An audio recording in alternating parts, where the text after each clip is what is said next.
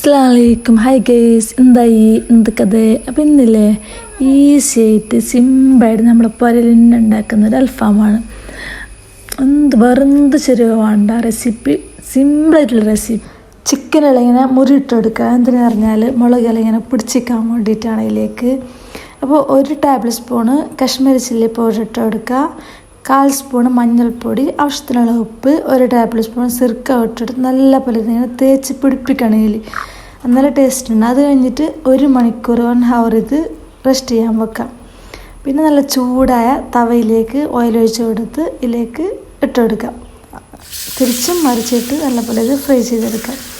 അപ്പോൾ ഇത് പെട്ടെന്ന് നമുക്ക് സിമ്പിളായിട്ട് മക്കളെല്ലാം ചോദിച്ചാൽ ഈസി ആയിട്ട് ഉണ്ടാക്കിക്കെടുക്കാം. എൻ്റെ മോന് ചോദിച്ചതെന്ന് പറയാം, ഇത് ഇടുന്നുമ്മ എന്ന് വെച്ചാൽ എന്താ പറഞ്ഞാൽ നമ്മൾ ഇങ്ങനെ റെസ്റ്റോറൻറ്റിൽ നിന്ന് കൊടുന്ന പോലുണ്ട്. ചിക്കൻ ഫ്രൈ ആക്കുമ്പോൾ തന്നെ അതേ റെസിപ്പി തന്നെ, പിന്നെ തവാൽ ഫ്രൈ ആക്കുമ്പോൾ അതിൽ ടേസ്റ്റ് എന്നൊരു വേറെ. അപ്പോൾ താങ്ക് യു, ബൈ.